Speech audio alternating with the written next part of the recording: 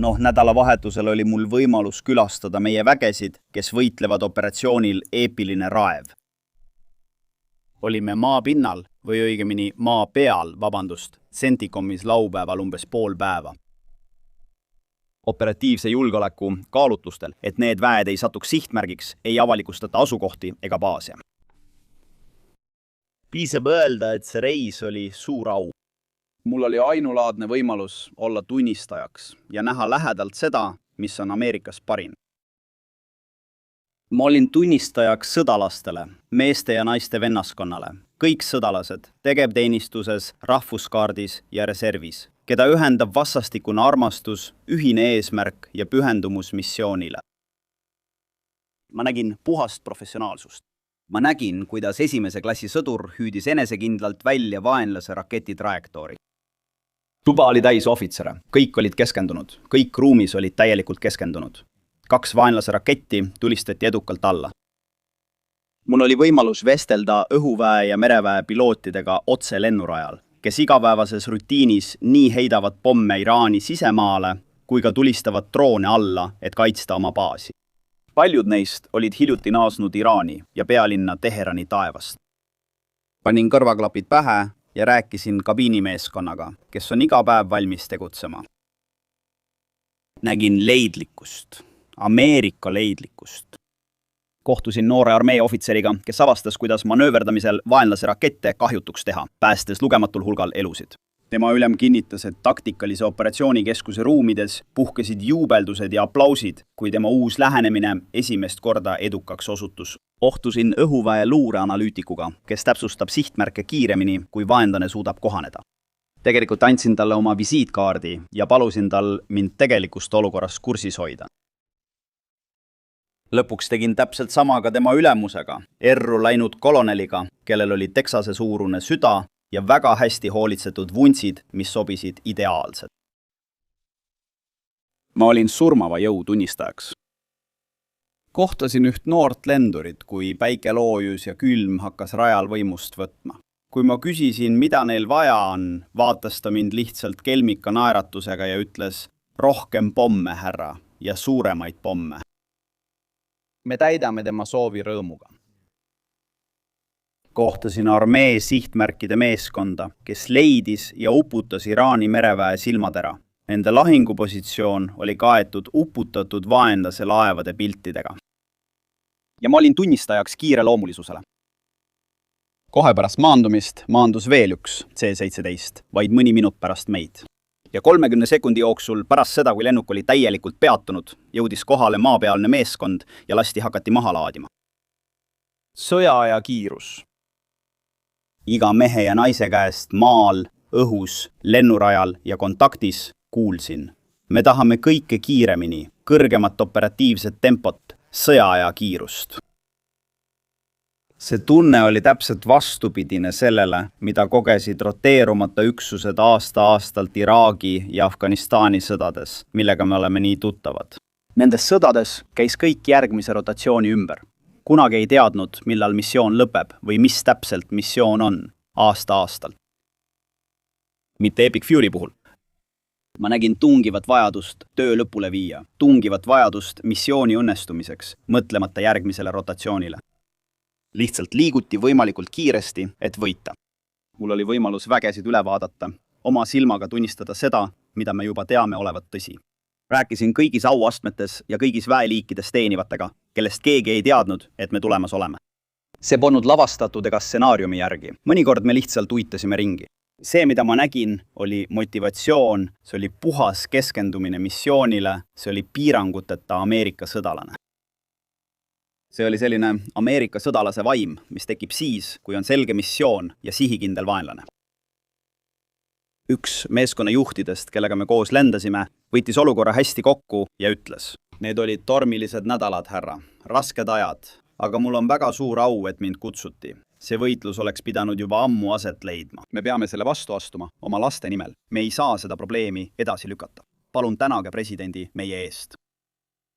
Ma olen seda korduvalt kuulnud. Ma küsisin iga noore ameeriklase käest, mida sa vajad. Ja keegi ei küsinud paremat varustust. Keegi ei küsinud mugavamaid elutingimusi. Keegi ei öelnud, et saatke mind koju. Noh, muidugi, lõpuks tahame me kõik neid asju, nemad tahavad ka. Aga mida need ameeriklased mulle ütlesid, noored ja vanad, ohvitserid ja sõdurid, mehed ja naised, mustanahalised ja valged, oli, las me lõpetame selle missiooni, andke meile veel rohkem pomme, suuremaid pomme, rohkem sihtmärke, laske meil see lõpule viia. Tegelikult märkis admiral Cooper täna hommikul, et need 3003 õhuväe kaptenit, kes lasti konflikti alguses nädalad tagasi Kuveidi omade tulega alla, ei lahkunud kunagi operatsiooniteatrist. Kõik viskasid eile öösel pomme Teherani peale. Need mehed ja naised elavad iga päev Iraani ähvarduse all. Raketid ja droonid saabuvad ning nad teavad, milline oleks maailm, kui Iraanil oleks maailma kõige ohtlikumad relvad. Tuumarelv, nagu president Trump on korduvalt aastate jooksul ja selle valitsuse ajal öelnud, Iraan ei tohi omada tuumapommi ja nad ei saa seda kunagi. Need väed tahavad selle võitluse lõpetada oma laste ja lastelaste nimel. See on seotud ajalooga, see on seotud pärandiga. Edu on oluline ja tänu sellele presidendile ning nendele ameeriklastele oleme me võidule lähemal kui kunagi varem. President Trump teeb seda, mida ükski teine president pole julgenud teha. Eelnevad presidendid olid ainult jutumehed. Tema puhul loevad ainult teod. Lahinguväljal, tänu vabadusele, mille president meile andis, kasvab Ameerika tulejõud ainult, Iraani oma aga väheneb. Meil on järjest rohkem valikuid ja neil järjest vähem. Vaid ainult ühe kuuga seadsime me lõpuks kõik reeglid paika. Järgmised päevad saavad olema otsustavad. Iraan teab seda ja neil pole praktiliselt midagi, mida nad saaksid sõjaliselt ette võtta. Jah, nad lasevad veel mõned raketid välja, meie tulistame need alla. Tuleb märkida, et viimase 24 tunni jooksul on Iraani poolt välja lastud vaenulike rakettide ja droonide arv olnud kõige väiksem. Nad peidavad end maa alla, aga meie leiame nad üles. Hiljuti hävitasime veel ühe nende juhtimispunkritest. Liidrid olid sunnitud põgenema, ilma vee, elektri, hapniku, juhtimise ja kontrollita. Nende usk oma koobastesse on hääbumas. Viimane teave pärineb CENTCOMi luurest. On selge, et meie rünnakud kahjustavad Iraani relvajõudude moraali, põhjustades massilisi deserteerimisi, võtmeisikute puudust ja tekitades frustratsiooni juhtide seas. Ainult eelmisel ööl viisime läbi 200 dünaamilist rünnakut. Dünaamiline rünnak tähendab seda, et piloot tõuseb õhku ja lennuajal antakse talle reaalajas teabe põhjal uus sihtmärk. Uus raketiheitja, uus asukoht või uus väeüksuse formatsioon. Dünaamiline sihtmärk on selline, mis muutub siis, kui oled õhus, tänu täiustatud luurele. 200 dünaamilist rünnakut ainult, lisaks eelnevalt planeeritud sihtmärkidele. Video, mille president eile õhtul postitas. Diasvahan laskemoonaladu, mille tabasid Sevaeri pommitajad. Näed, sa ei näe paljusid neist videotest, sest lihtsalt meeldetuletuseks, Iraan on endiselt 99,9% oma elanikkonnast internetiühendusest ära lõiganud. Aga kui Iraan on tark, siis nad teevad kokkuleppe. President Trump ei bluffi ja ta ei tagane. Sa võid selle kohta küsida Hameneilt. Uus Iraani režiim peaks seda juba teadma, see uus režiim, sest toimus režiimi vahetus, peaks olema eelmisest targem. President Trump teeb kokkuleppe, ta on valmis ja kokkuleppe tingimused on neile teada. Kui Iraan ei ole valmis, siis jätkab Ameerika Ühendriikide sõjaministeerium veelgi suurema intensiivsusega. Olles täna hommikul siin selles pressiruumis vaimusilmas, mõtlen tõesti nendele gruppidele, kellega ma sel nädalavahetusel kohtusin. Piloodid, logistikutöötajad, luureanalüütikud, sihtmärkide valijad, tugipersonali liikmed, lennumeeskonnad, õhukaitsjad, baasi turvatöötajad, need, kes tegelevad hooldusega. Me kõndisime õhtu hämaruses, külma ja tuulega lennubaasi teenindusala. Jumal hoidku neid kõiki, kaitsku neid iga päev ja iga öö. Et tema kõikvõimsad ja igavesed hoolitsevad käed ulatuksid nende üle, kaitseksid neid ja tooksid neile rahu. Jeesuse Kristuse nimel, aamen. Austatud härra president, sõna on teil. Aitäh, sekretär. Tere hommikust, rahvas, ja veel kord tänan teid siin olemast käimasolevate operatsioonide ajal. Olen tänulik meie 2,8 miljoni ühendväe liikme teenistuse ja pühendumise eest. Kõik on pühendunud suuremale eesmärgile. diariamente aqueles em missão. või valmistuvad pommitamisoperatsioonideks ja teised seavad end ohtu ja selle eest võlgneme neile sügavat tänu. Olen eriti tänulik meie langenutele, kes tegid ülimat ohverdust. Me ei unusta kunagi nende vaprust ja otsustavust teha midagi suuremat kui nemad ise.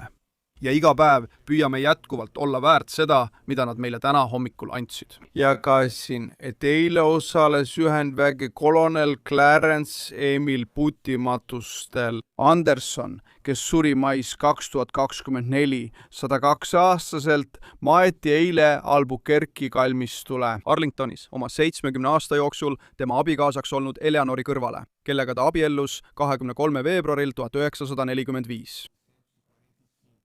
Ta suri 2015, aastal 92 aastaselt.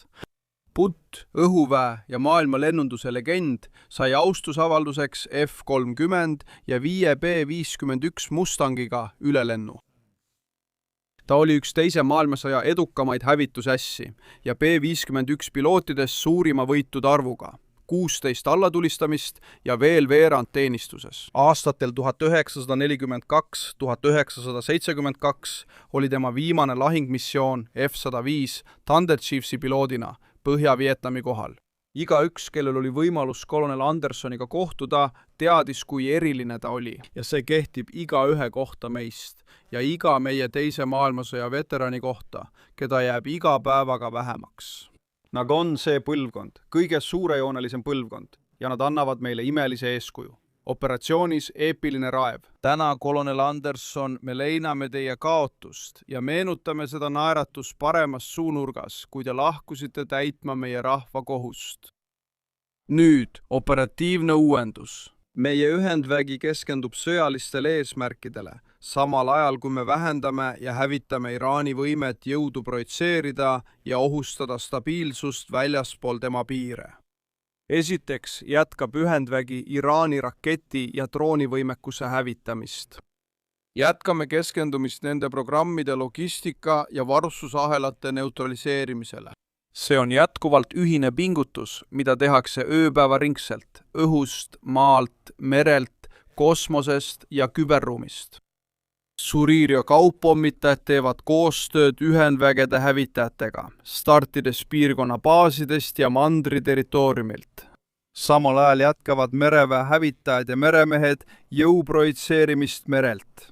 Ja armee ja merejalaväe suurtükiväeüksused sooritavad täpseid kaugmaa laskmisi vaenlase territooriumil kõrge väärtusega sihtmärkide pihta. Samal ajal on kaitses meie armee ja õhujõudude väed valvsad, kaitstes meie jõude ja liitlasi, tõrjudes rakette ja droone. Üheskoos viime läbi täppisrünnakuid tootmiskeskuste, komponentide ladude ja uurimisasutuste vastu Iraani territooriumil. Ja kõigi nende viimase 30 päeva jooksul oleme suutnud tabada enam kui 11 000 sihtmärki. Õhuülekaalu suurenemise tõttu õnnestus meil edukalt alustada esimesi maismaa operatsioone B-52-ga. See võimaldas ja võimaldab meil, nagu me juba varem ütlesime, jätkuvalt vaenlase üle domineerida. Ja nagu sekretär mainis, keskendume üha enam dünaamilistele sihtmärkidele, tabades liikuvaid sihtmärke lahinguväljal. Jätkame operatsioone Iraani raketi, drooni ja mereväe tehaste vastu, säilitades juba mainitud mitme valdkonna surve. Teiseks, mereväes säilitame oma ülekaalu Iraani mereväe ees. Keskendume nende miinivõimekuse ja mereväe varade neutraliseerimisele ning nagu mainisin, oleme hiljuti mereväe valdkonnas integreerinud helikoptereid ja õhutoetust. CENTCOM jätkab ladude ja hoiualade tuvastamist ning nende vastu tegutsemist. Ja me võtsime taas kontrolli alla. Üle 150 laeva, sealhulgas kõik Diamantina-klassi fregatid. Ja kolmandaks, me jätkame nende kaitsetööstusbaasi vastu suunatud kampaaniat suurel skaalal. See hõlmab tehaseid, laoruume, tuumarelvade uurimise arendustegevuse laboreid ning sellega seotud infrastruktuuri, mis on vajalik Iraani võitlusvõime taastamiseks. Soovin jätkata oma teemaga ja rõhutada ameeriklaste uskumatut panust neie ühisesse jõusse. täna tahan ma rääkida veidi teistsugusest rindest. Rindest, kus ei ole punkreid ega valvetorne, kuid mis on meie riigi julgeoleku jaoks sama oluline, meie riiklikest tootmisliinidest. Täna austan ameeriklasi, kes on meie riigi võitlusvõime esirinnas. Neid, kes toodavad meie relvi, meie kaitsetööstusbaasis, aga veelgi laiemalt kogu meie riiklikus tööstusbaasis, iga sõjalise võimaluse jaoks. Me ei saaks oma tööd teha ilma nende meesteta ja naisseta üle kogu riigi, kes tulevad iga päev, igal ajal, tootmisliinidele, töökodadesse või laboritesse. Vajalike võimekuste loomine, mis on vajalik Ameerika sõjalise jõu projitseerimiseks meie valitud ajal ja kohas, need suurepärased ameeriklased, kellega olen erasektoris koos töötanud, on meie sõjalise jõu tuumik. Nad on kõrgtehnoloogiliste CNC-masinate operaatorid, kes muudavad metalli täpseteks detailideks. Nad on koostajad, kes hoolikalt võtavad detailid ja muudavad need juhtimissüsteemideks. Laskemuun, raketimootorid, reaktiivlennukid või allveelaevad.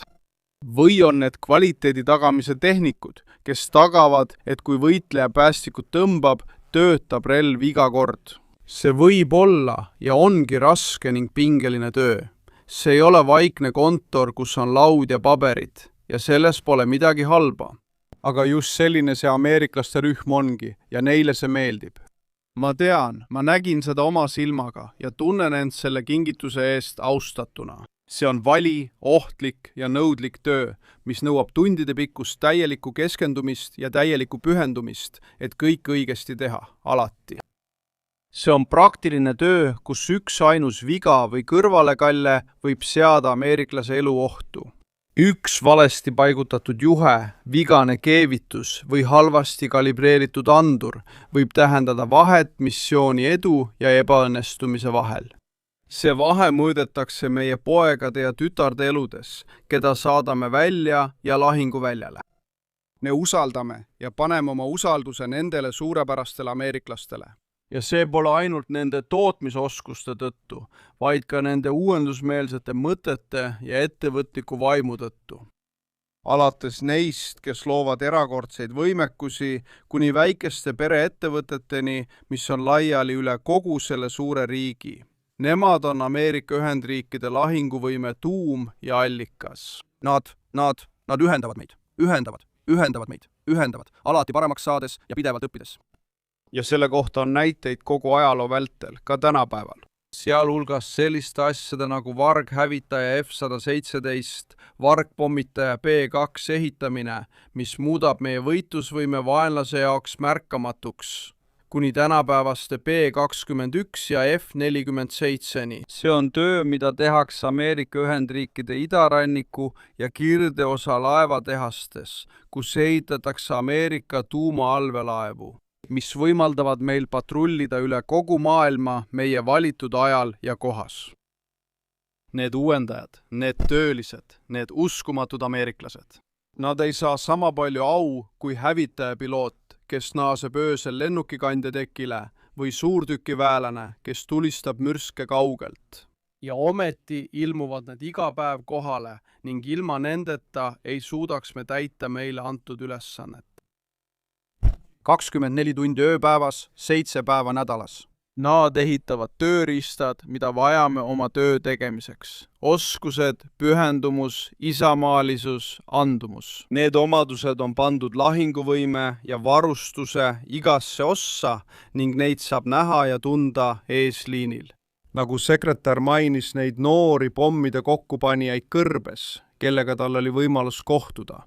Sa võid seda näha, sa võid seda tunda ja see on päris.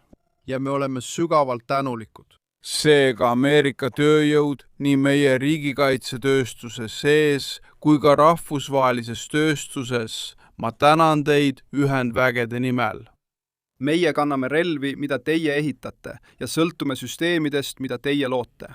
Ja vahe tehase põranda, tootmisliini ja rindeliini vahel on uskumatult lühike. Aitäh, jätkake samas vaimus ja meie vastastele seal. Tuletan meelde, et olge ettevaatlikud. Ameerika tööjõu toel liigume jätkuvalt oma sõjaliste eesmärkide poole. sekretär ja mina tunneme end jätkuvalt sügavalt austatuna meie 2,8 miljoni ühendvägede liikme vaimu, visaduse, pühendumuse ja otsusekindluse üle. Soovin nagu alati tänada meie kaitseväelasi ja nende perekondi ning nagu alati meenutada meie langenuid. Kanname neid ja nende nimesid iga päev endaga kaasas. Härra, sõna on teie. Aitäh, härra president. Kolonel Bud Andersoni mälestuseks lendas president hiljuti F-16-ga, et teda austada. Ja aitäh, et tõstsite esile riigikaitsetööstuse, Vabaduse arsenali. Tuleb märkida, et keegi pole seda riigikaitsetööstuse baasi üles ehitanud kiiremini ja sihikindlamalt kui president Trump oma esimesel ametiajal. Ja nüüd ehitame taas üles Vabaduse arsenali. Meie riigikaitsetööstuse baas on täna elujõulisem, kui see on olnud alates teisest maailmasõjast ja kasvab kiiresti. Võrrelge seda Iraaniga, kelle riigikaitsetööstuse baas on praktiliselt täielikult hävitatud. Nende võime taastada sõjarelvi, mida nad praegu kasutavad, mida nad peidavad maa-alustes rajatistes ja kulutavad. Nende võime aja jooksul uuesti üles ehitada. See on tühine ja ma arvan, et see kontrast on samuti selle püsiv pärand. Siin... Aitäh teie aja eest. Meil oli mõningaid märke, et iraanlased võtavad Hormuzi väina üle kontrolli tagasi. Sel hetkel, millist sõjalist hoiakut kehtestatakse, et tagada meie liitlastele turvaline läbipääs, heidutada meie vaenlasi ja näidata tsistervagi üleolekut piirkonnas. Ja kas te saate kommenteerida ka seda, kui kaugele võivad Ameerika vastased Venemaa, Hiina ja Põhja-Korea minna? Nad toetavad praegu Iraani sõjamasinat relvade ja luurega ning mida me teeme sõjaliselt, et vaenlaste koalitsiooni karistada? Tänan mõlema küsimuse eest. Hormuzi väinas liigub täna palju rohkem laevu kui varem. Nagu president korraldas, tegi president Iraanile selgeks, olge äritegevuseks avatud. Või on meil valikud olemas? Ja kindlasti ongi.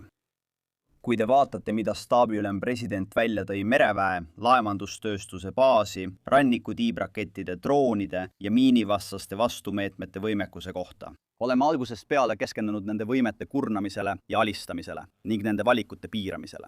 Asju, mida me samuti teeme, millest mõned on teada, teised mitte, et luua vajalikud tingimused.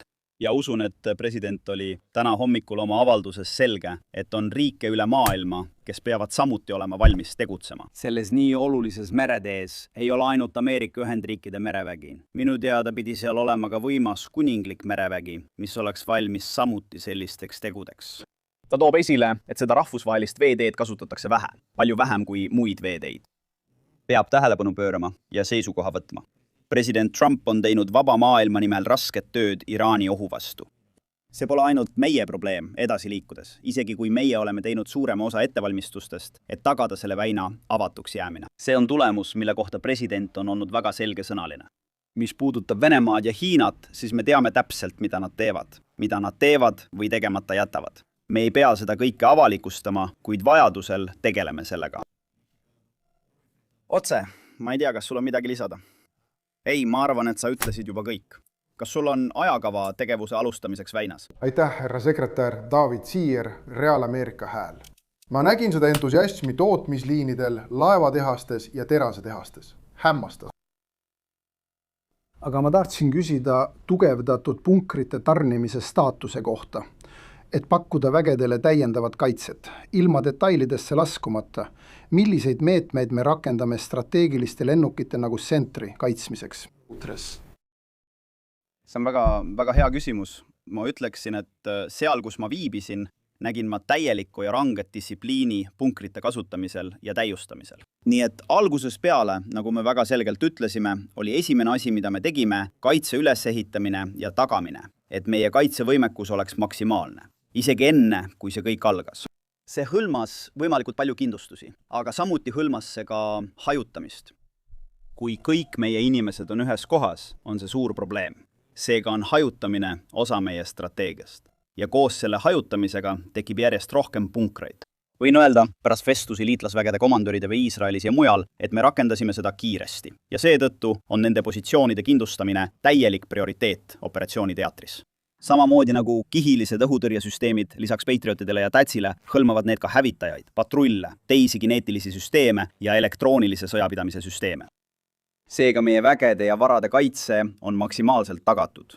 Ma kommenteerin ka teisi varasid, mida te mainisite, nagu õhutiivad ja lennukid. Vastased tegutsevad selleks, et saada andmeid ja luureinfot, mida nad ei peaks saama. Me oleme sellest teadlikud ja lõpuks liigutame asju ümber. Ja üks suurimaid põhimõtteid, mida sa õpid kaitseväes, on mitte luua mustreid, etteaimatavaid mustreid. Nii et me seda ka teeme. Komandöörid pingutavad, et neid süsteeme kohandada, tagada õige paigutus ja vältida lihtsaid sihtmärke. Aitäh, härra sekretär. Ameerika Ühendriigid ja Iraan näivad praegu eriarvamusel olevat selles osas, kas need läbirääkimised toimuvad või mitte. Millist mõju see avaldab sõjalisele strateegiale? Kas sellel on mingit tähtsust? Mitte mingil juhul, kindral. President kirjutas eile, et Saab Riiver, ma arvan, et see on inimene, peab mõtlema strateegia, mõtlema ühe. Iraani elektrijaamad ja naftakaevud. Need on tema sõnad enne operatsiooni lõpetamist. Kas on olemas mingi viis teha ühtki neist asjadest ilma tõsiselt ohtu seadmata või tõsiselt kahjustamata tsiviilisikuid? Läbirääkimiste kohta võin sulle öelda, olles eile koos olnud Stevie Jaredi, asepresidendi ja Markoga, et need on väga reaalsed. Need on käimas, need on aktiivsed ja ma arvan, et need koguvad hoogu ning me oleme selle eest tänulikud.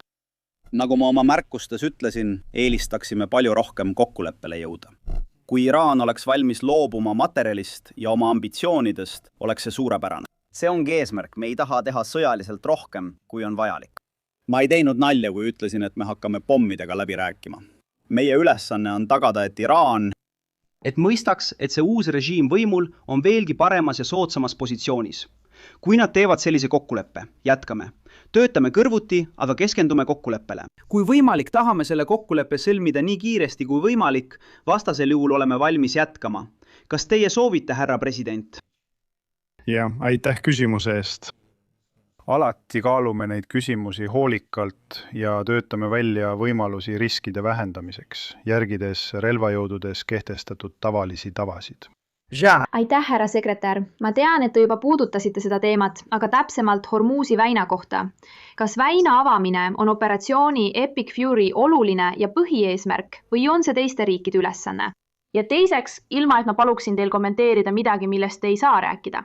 Milline on teie sõnum ameeriklastele, kes arvastavad presidenti ja usuvad temasse, kui ta mures vägede välismaal viibimise pärast? Meie peamised eesmärgid sellelt kõnetoolilt. Esimene päev minu, nõukogu presidendi, asepresidendi, sekretär Rubio ja teiste jaoks on olnud selged. Raketide tootmine ja programmid, nende kaitsetööstuslik baas, kogu nende tootmisvõimekus, samuti merevägi ja jõuprojektsioon, need on olnud peamised punktid. Iraanil ei saa kunagi olema tuumarelvi, see on selge. Nende mereväe alistamine on oluline, et takistada neil sellise jõu projitseerimist. President Manha avaldus teeb selgeks, et Hormuzi väina küsimus, mille jaoks me oleme loonud edutingimused ja tagame, et Iraan sellest teab, ei ole ainult USA probleem. Oleme valmis juhtima. President Trump on kogu aeg juhtinud, kuid me ei ole ainsad. Teised riigid peaksid samuti presidendi sõnadele tähelepanu pöörama. Ta on juba tõestanud, et räägib tõsiselt ja toob selgelt esile oma praeguse seisukoha. Võib-olla peaks ta tõesti õppima võitlema. Seda on mõned meist juba ammu öelnud. Sul ei saa olla ainult lippe, sul on vaja formeeringuid. Ainult mõnest laevast ei piisa, sul on vaja tõelist mõju. Need asjad on olulised ohtlikus maailmas, kus vastased tõusevad esile. Seepärast räägib president meie tööstusbaasist ja me käivitame Arsenal of Freedom Touri, et seda elavdada. President Trump teeb seda ainulaadsel viisil, mis puudutab vägesid koha peal. No entiendo por qué a base. Kes seda juba teab, ei usaldaks tema võimet seda ellu viia. Vaadake tema ajalugu rahu saavutamisel jõu kaudu, mis on toonud America Firsti tulemusi. Mida ta lihtsalt ütleb, ja see on täiesti tõsi, ning ma olen seda ka siit kantslist öelnud, on see, et me ei välista ühtegi võimalust. Sa ei saa sõdida ega sõda võita, kui ütled oma vastasele, mida oled valmis tegema või mitte tegema, sealhulgas maavägede saatmist koha peale. Meie vastane praegu arvab, et on 15 erinevat viisi neid rünnata, sealhulgas maaväed, ja tead mis, on küll. Seega, kui tõesti vaja oleks, võiksime neid võimalusi presidendi ja selle ministeeriumi nimel kasutada. Võib-olla me ei kasuta neid, võib-olla töötavad läbirääkimised või leidub mõni muu lähenemine. Oluline on olla ettearvamatu, mitte avaldada, mida oled valmis tegema. aga kui keegi on Iraagi ja Afganistani õppetunnid endale selgeks teinud, nagu president Trump, kes oli esimene, kes neid hukka mõistis, tema neid vigu ei korda.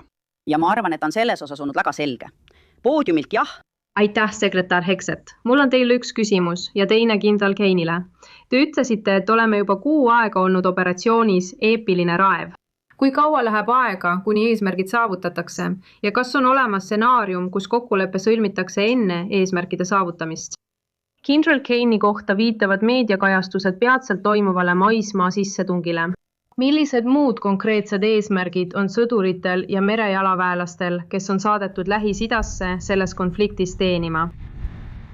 Nagu ka eelmise küsimuse puhul, see ongi militarismi põhitõde. Ära ütle oma vaenlasele, mida sa oled valmis tegema või mitte tegema. Ja ära ütle oma vaenlasele, millal sa oled valmis peatuma. Eriti vaenlasele, kellele meeldib punkrites varjuda, oma rakette koguda ja oodata, et sa alla annad. Seega, see ei ole küsimus, millele ma vastan või millele president on lõplikult vastanud.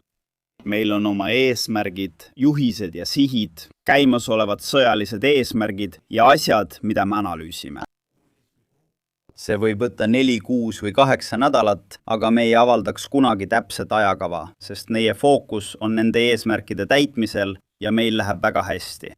Ja mina ja staabiülem analüüsime seda iga päev.